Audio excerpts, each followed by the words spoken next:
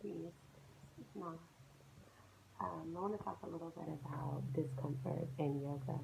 I know oftentimes when you see pictures of yogis in poses, we always have these nice bright smiles, on our faces, and yogis are stereotypically known to be very peaceful people, chilled out. And this is, true to a certain degree, but I just want to be clear that yoga is not about always smiling or always being so chill or never having an issue with anything or never being upset. But the practice of yoga on one level, because there's many levels to it, but on one level is the practice of becoming comfortable in discomfort. And that's not to say that you're practicing on being unhappy or being in a state of pain or anything of that nature, but that is just life. Everything in life happens in ebb and flow. The ocean tides go in and they come in and they go out. There's light and there's dark, there's up and down.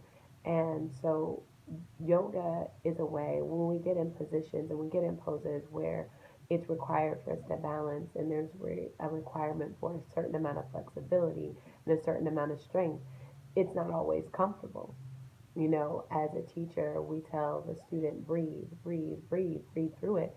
I'm not telling you that just so that you won't think about the pain. I'm saying that so that you learn to breathe through the pain because things will come up in life. Situations will come up where you will be triggered. Your We all have triggers. There are certain things in life that can bring out the anger in you, that can trigger depression in you, that can trigger anxiety in you, and all sorts of other emotions and fear. And with the practice of yoga, when we find ourselves in a pose that's uncomfortable or that causes us to stretch further than what we would ideally like, this is training our subconscious mind and training our bodies to move through pain, to move through discomfort, not to sit in it, not to stay in it, but also not to avoid it. Not to avoid it, because sometimes you have to go through the storm in order to get on the other side. There's going to come rain, but there's also going to come sunshine again. And this is what causes the plants to grow. Without the rain, the garden is not so lush and beautiful.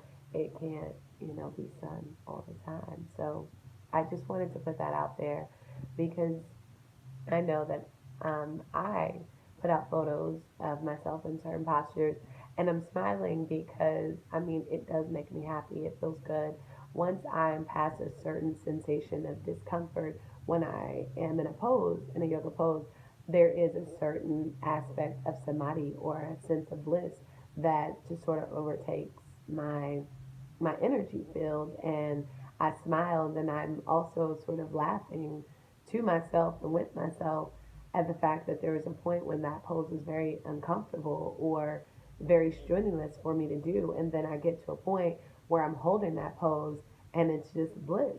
There's just smiles and there's just joy and it brings a certain freedom and flexibility into my body and mind. And so, but it wasn't like that to begin with. There's a point of getting through the balance and working with the flexibility of the body in order to get there. And it's the same way in our lives. We don't always have the balance, the strength, and the flexibility at first to go through certain situations or deal with certain people in our lives. But if we can breathe through it and we can focus on our focus, going into our situations with intention and knowing what that intention is and staying the path until that is seen, until that is manifested, then we can find that samadhi, we can find that bliss because I don't believe samadhi is some permanent state of being. I don't believe enlightenment even is a permanent state of being. I think that we have glimpses of samadhi. I think we have moments of enlightenment and we practice meditation and these eight limbs of yoga, meditation being one of them, asana, the physical practice, another, in order to stay in these moments of enlightenment and samadhi for longer and longer periods of time, um, in spite of what's going on around us in our everyday lives. So I just wanted to be transparent and forthcoming and not mislead anyone to think that, oh, hey, start practicing yoga and you'll never have any problems in your life. That's not the case, and that's not ever what I'm trying to sell. But what I am trying to sell you on is that you will find more peace, you will find more strength, you will find more balance, and you will find more flexibility within yourself that you never thought was there. And these tools are what are needed in order to grow and prosper in our day to day journey. So I hope that makes sense to you. So yoga is the practice of becoming comfortable in discomfort. This one is a level.